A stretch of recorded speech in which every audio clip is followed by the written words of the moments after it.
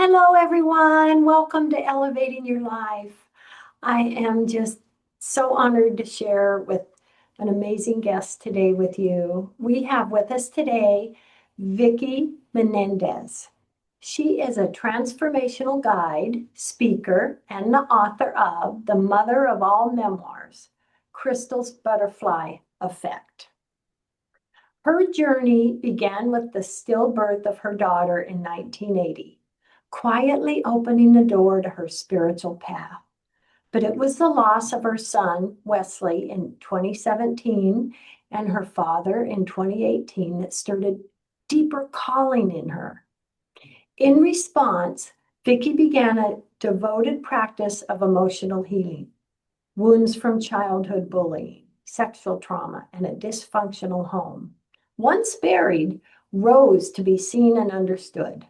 She had no idea that doing this work would prepare her for the greatest heartbreak of all, losing two more children just 12 days apart in 2023. That gave her the awareness and clarity to receive the message of her life's mission, to help others walk through loss and return to life with purpose and grace. With over 35 years in self-care and holistic wellness, Vickie now supports others. She gently guides her clients to feel again, reconnect with their truth, and begin to reimagine their lives. Oh, Vickie, wow. Just an amazing story. Would you like to share a bit more about that background and kind of how it, drew you to what you're doing now, all your amazing work? Um, the first loss way back, I was only 20 at the time, was the full-term stillborn. And then, in fast forwarding to 2017, 2018, when I lost my dad, and at that very same moment when I got the call, my husband was having a heart attack at that moment. Like it was twofold there. And then in 2023, when I lost the two kids, I together, I was at totally different levels of awareness and consciousness, different growth in my life. And so each one um, was just at a different place in my life. And had I not gone through the healing journey after my son, I don't think I would be prepared to have withstood losing two kids 12 days apart. I mean, sometimes I look back and I'm amazed that I was able to get through that. But all of the passions that God placed in my heart, the wellness, the self-care, just the learning, I just could not get enough of health and wellness. And lately, over the last few years, I've been certified in breath work and um, processing emotions and that kind of thing. And it all of the pieces kind of fell together. And I realized that it was so much bigger than these rituals and modalities. They weren't just for me, they were for the collective, they were for whoever I resonated with, like there's so many coaches out there these days, and I don't really like to call myself a coach. But we're all here and in this time too. I think that, we're going into the Aquarius season, right? And it's like, I, I think our awareness, our consciousness level, and our expansiveness is really, really coming into play now. And so I'm not surprised that I'm seeing all of these people, like just serving from their heart and wanting to help people. So so it was a big mission, but something that I see as really beautiful, and that my children are a part of that. We agreed to this. I believe in soul contracts, and I think that we all agreed to all of these experiences and for them to bring me to this moment, and that we're still have an open contract. They're still walking beside me, and I am their vessel. I'm speaking from beyond the veil for them because they all had things that they wanted to do in their life. And now it's just coming through me.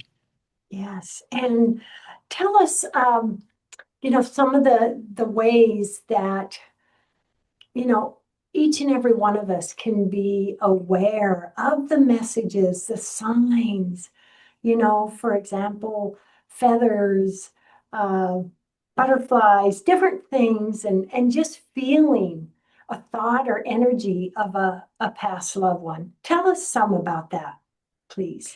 Well, um, part of what I try to stress with my clients is really being connected in their bodies, to listen because our body knows everything. Our superconscious knows everything about us, even all of the things that we repress and try not to remember. And sometimes with grief, we tend to be in lower level frequencies, sorrow, guilt, shame, sadness, depression.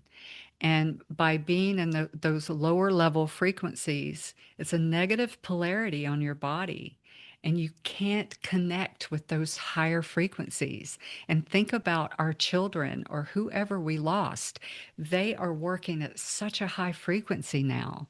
They're in a different realm altogether. So I found that by raising my frequency, I was able to connect with them. And I knew when that butterfly flew in front of me or that bird was squawking or trying to get my attention, or, when I was in the islands, when I was writing my book, these three little geckos would come and they would just hang out where I was writing. And they never left. They just hung out with me. And I knew that that was them. And so it's part of us like believing, and wanting to bring them in and calling out for them, because if we keep our head in the sand, then we're never going to connect with them. But if we can raise our frequency and try to get out of those lower level frequencies, then they can connect with us. Because otherwise, we meet whatever frequency that we give out, right? Yes. We're Yeah. like a mirror. So if we're broadcasting this amazing, beautiful love frequency or joy frequency, then that's what's going to be reflected back to us. And that's that's where they are. They're all they are is pure essence and love. And they're working at such a high frequency that we have to get up there, even if it's only for moments, to get up there so that we can connect with them and that we can feel them. Otherwise, I think you feel that disconnect, like, you know, and you just get stuck in those lower level emotions that is not helpful to the person going through the grief, and it doesn't give them a chance to just connect with you Mhm. and touch you, in some way or Yes. another. Yes. And they are there waiting for us, and they are with us and loving us. Oh my goodness. We just got to call them in. Yes. Yes. What, Vicki, what would you say, what role does gratitude play in shifting out of grief, and, moving forward? Uh, Wow. There was two things when I went through my healing journey after my son passed in 2017, and then my dad the year later. I was in deep grief at that time. And I had spent 30 years with Tony Robbins, self-improvement and, thinking positive and all of that kind of thing. But I didn't learn how to process emotions and how my thoughts and the frequency that I carried was so important. And I realized, I'm sorry, I totally what was your question again? I got yeah, how off track. having gratitude Oh, the and two sitting things. in The that. two things. Gratitude. Yes. The two things that actually brought me out of feeling the way I did was doing the 28 days of gratitude. And that's based on Rhonda Byrne's book.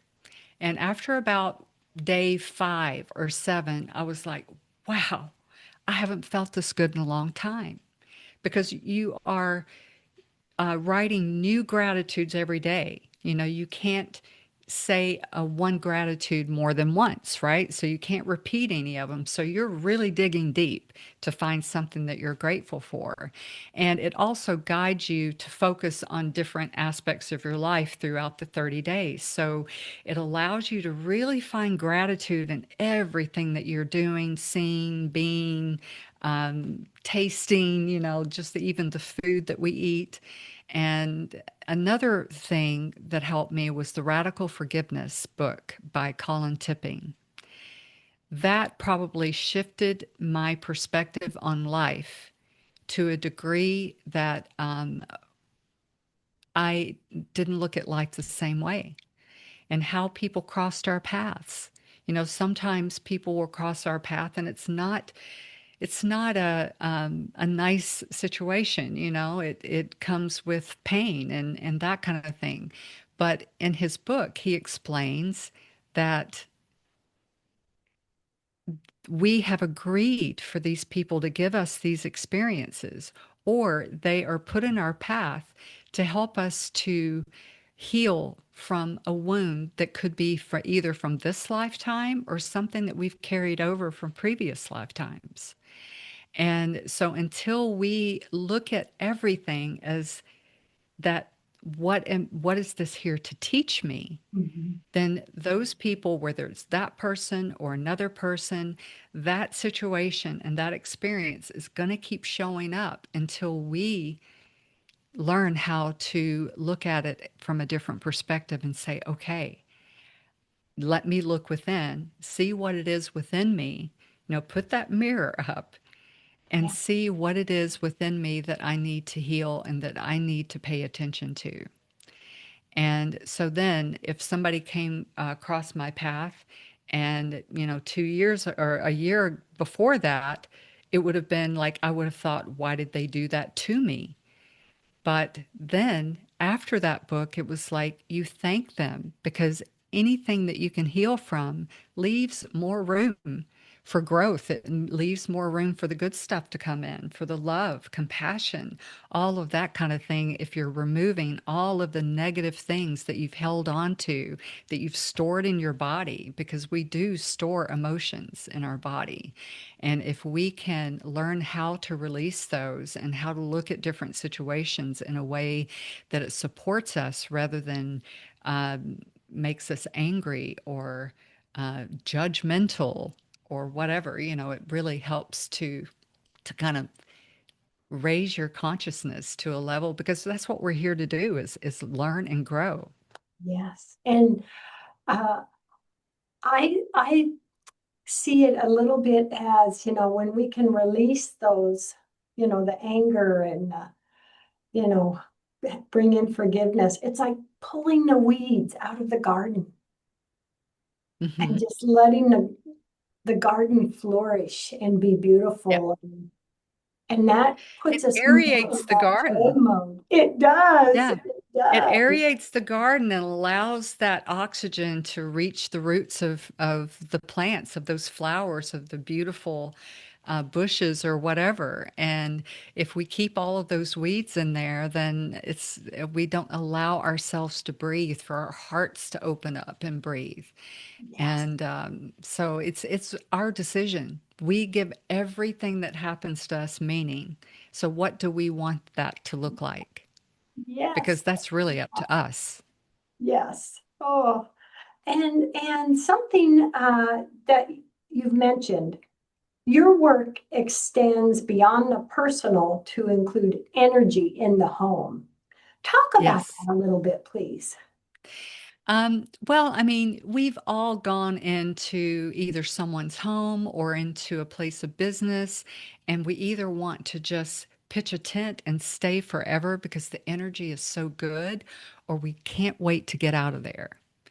And the same is with our homes. You know, we have people coming and going. We have our own energy, sometimes, and you're not always going to get along, right? You might have a fight here and there with a loved one in the house. So how can you clear that negative energy out of the home so that you can have just a lighter feeling because, that's energetics, that's frequency that's coming in contact with us. We're all one, right? So if I feel a certain way, then my husband and my son, they're going to feel that. They're going to feel my energy. So if we can pay attention to the energy that is in our home, because when we give out the energy, it lives there. There can be other entities and energy coming in from even from the outside. Because if you just close your eyes and imagine that energy is just like this little cloud that's just hanging out, and that everybody's energy is just present, then the energy can be left behind by somebody that comes and visits, or um, you know and it may not be bad energy, but it's just not yours. So you don't want stagnant energy there. You want to keep it fresh. And there's a few things that you can do to kind of sweep away the old stagnant energy, like on the front and the back porch. There's like a little ritual that you can do where Love you intentionally sweep away all of the stagnant and dead energy, and you bring in all of the positive energy and the blessings to your home. And so there's a workshop that I'm developing right now where you actually create your energetic broom. It can have crystals, it can have eucalyptus flowers, whatever you want to put on there, make it pretty. And it can just be small, like, the brooms are usually only about maybe a foot long, but they're pretty. So you can hang them up on the wall. And then as you pass by it, it may remind you that it's time to take it down and just do like a little dance through your house and spread that beautiful energy around. You can put essential oils on the broom so that as you sweep the air, you can smell that essential oils, and then you can, sweep your front and back porch off and just bring in the new energy. It's all in our attentions. it. Whatever we intend to do and whatever we believe is a reality in many ways. Yes, yes. And that is something we can create every day, isn't it? Wow, I love it. Yeah, Um, because something it that, takes just a few minutes, and it's yes, something that, even your kids. I love it. Something you've I mean, discussed. couldn't you imagine your kids like, isn't it time to sweep the house, mom? They would really get into that. Yes, yes. Something that you've discussed that I am just fascinated by and just love, Vickie, is talking about visualizations. And you also have a workshop you created on that. Please talk about that for us. The workshop is called Whispers of Love, and it's changing the narrative around loss. Um, my daughter was in the hospital for 48 days, and she went into comfort care at day 29. And so at that point, they're just waiting for their heart to fail, or they're just waiting for them to pass. So they said, okay, she's going to be a few hours, maybe a few days. 19 days later, she's still here. And the doctors look at me and they shake their head and say, I don't know what to tell you. And I said, well, I can tell you something. I said, my daughter still has work to do. She still has a few things that she needs to tidy up before she goes, and she's not going anywhere until she does that. And of course, they looked at me like I was crazy, but I didn't really care. But about a week before, I started thinking about, I don't want to remember her in that hospital bed. I spent 48 days being with her, and that could be a memory that you couldn't get rid of. You couldn't unsee that, right? So I started working on a visualization, because once they go into comfort care, there's only one way that you're going. It's not like all of a sudden they're going to come back because they're doing things that are really bringing them to their end. So I started thinking about, what does my daughter love? She loved butterflies. And in the field of her property, she had wildflowers everywhere. And so I put us in a field together. The sun was shining, and you want to make it like real, where you could close your eyes and you could hear it, you could feel it, so that it really feels real to you.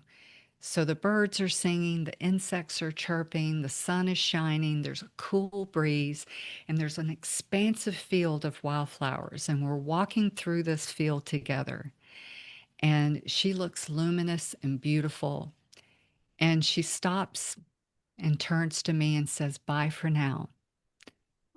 And she turns into thousands of butterflies and goes floating over the fields. All of those butterflies are landing on flowers here and there, and those flowers were the people that she was going to look after in the afterlife, in her new realm, her new being, her where she was going to do the rest of her work, because she's not done. She's just working from a different place. That's Yes. all. And so she, I can almost hear her giggling as she was going over the field, because all she felt at that moment was pure joy and love. And she was just pure essence. I mean, how can you feel bad about that? So, as I thought about this visualization, I wanted to create something where people could keep it going, year after year. When that anniversary rolled around, whether it was their birthday or whatever came around, you could think about an element to add to the story. So, the first year anniversary, she loved animals, and she had a dog named Sokka. And Sokka was always next to her. She went for years and was in a lot of pain. She had to have hip replacements at 41 years old. And so she was in a lot of pain, and the dog was right there by her side. So I thought, you know what? I'm going to bring Sokka in, and she's going to be running through the fields with us. And then next year, I'll add another element to it. And what that helps us to do is to go and try to find something that makes us smile, something that we love about them, something that we know they loved. And so as that saga just builds and builds, it's like this movie that you keep adding scenes to. And so every time I think of her, I go to that field, and we're walking through that field together, and I watch her just transcend, and just seeing that is so much more beautiful than thinking of their last moments in a hospital bed. So that's what I want to offer to anyone that is having a really hard time with the visualizations, those thoughts that they have about the people that they lose, because sometimes they see things that they didn't want to see. A beautiful idea. That is so awesome. That is so awesome, Vickie. Oh my gosh. I would love you to share your website, how people can learn more about you, and maybe let everyone know you do have a companion book coming out. We have a few minutes left in the show, and also maybe what last thought you want to leave with everyone today, please. Well, I'm going to start with that, because sometimes we feel that heaviness. We look at photos and we're like, that person smiling back at me is not me.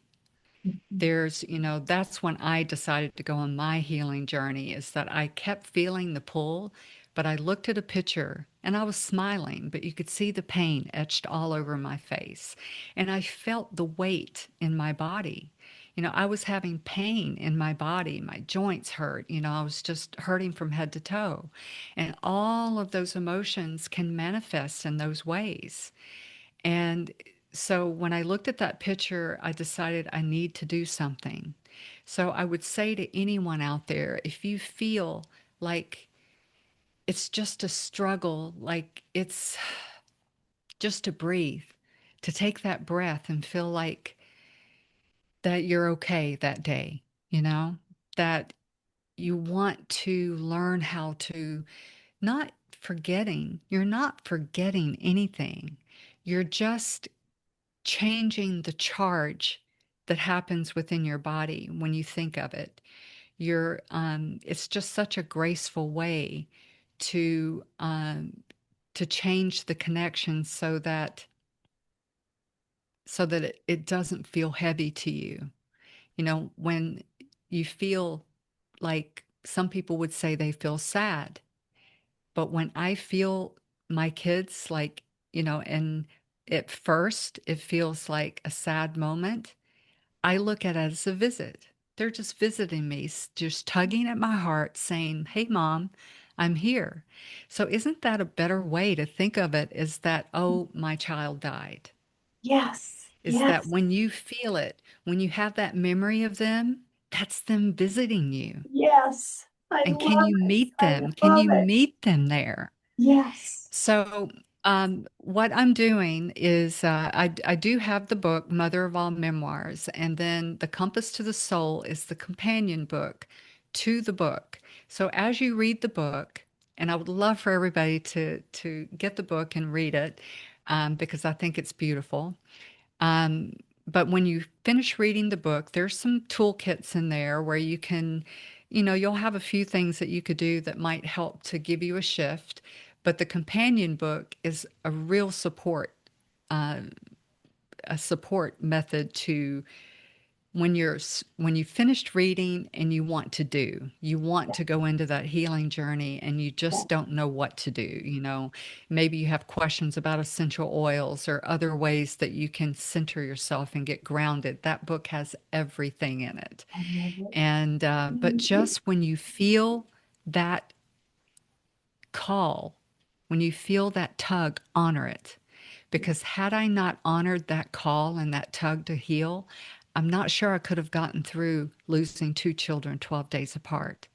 That prepared me. And we all have things that we go through, traumas and experiences that sometimes we feel like we wonder if we can come back from it. And so when we're called to heal, I think you need to honor that and go through it because had I not done that, it, I'm not sure I could have gotten through this last loss Oh, thank you, as Vicki. the way I How, did. how can everyone learn more about you and sign up for your workshops? You can go to VickieMenendez.com, and that's VickieMenendez.com. And the workshops, everything is there. Everything is going to be released because I've been spending, since my two children passed in 2023, this is what I've been working on. So, although I do have a few clients, I've really been trying to create all of these Oh, things that I'm thank you, offering right Vicki. now. So, everything will be released I'm sorry, on we have to October the say 4th. goodbye. We have run out of time. Thank Okay, you, so sorry. everyone. Thank you so much, Vicki. You're welcome. Thank